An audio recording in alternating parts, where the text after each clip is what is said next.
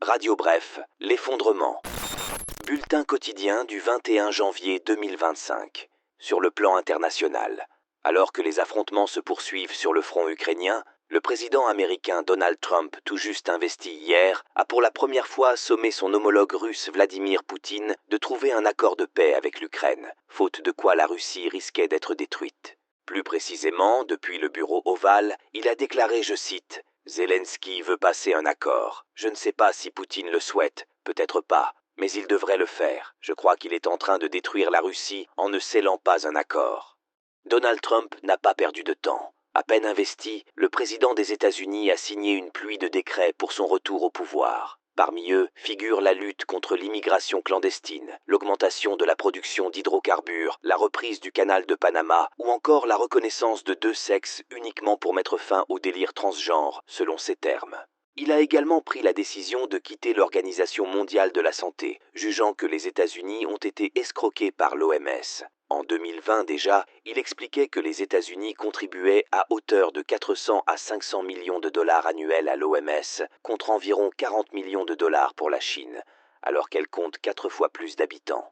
Enfin, Donald Trump a officiellement dénoncé l'accord de Paris et en a fait sortir les États-Unis. Cet accord, obtenu en 2015 lors de la COP 21, réunissait 196 pays à la conférence des Nations Unies sur le climat. Le président chinois Xi Jinping s'est entretenu aujourd'hui avec son homologue russe Vladimir Poutine lors d'un appel vidéo dont le contenu n'a pas été rendu public. Pékin se présente comme neutre dans la guerre en Ukraine et soutient officiellement un règlement politique du conflit. Au Moyen-Orient, la police et les forces de sécurité du Hamas opèrent depuis hier dans la bande de Gaza, au deuxième jour d'un cessez-le-feu avec Israël. Le vice-ministre de l'Intérieur du Hamas a inspecté les policiers armés, certains en tenue militaire, d'autres en uniforme noir de fortune, avant qu'ils ne patrouillent dans les rues de Gazaville. Pour sa part, le président palestinien Mahmoud Abbas a félicité Donald Trump, se déclarant prêt à coopérer avec lui pour aboutir à une solution à deux États.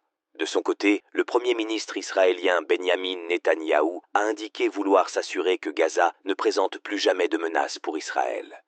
En France, le Sénat approuve la réduction de près d'1 milliard d'euros du budget de l'écologie et du développement durable.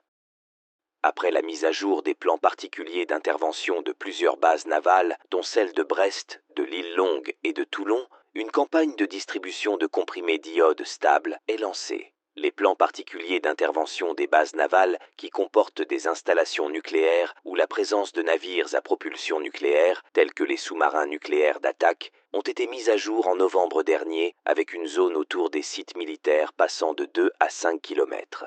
Le ministère des Armées et des Anciens Combattants effectue une campagne de mise à disposition préventive de comprimés d'iodure de potassium pour l'ensemble de la population résidant ou travaillant dans la zone concernée. Les particuliers peuvent se rendre, sans bon de retrait ou justificatif de domicile, dans la pharmacie partenaire la plus proche de leur domicile.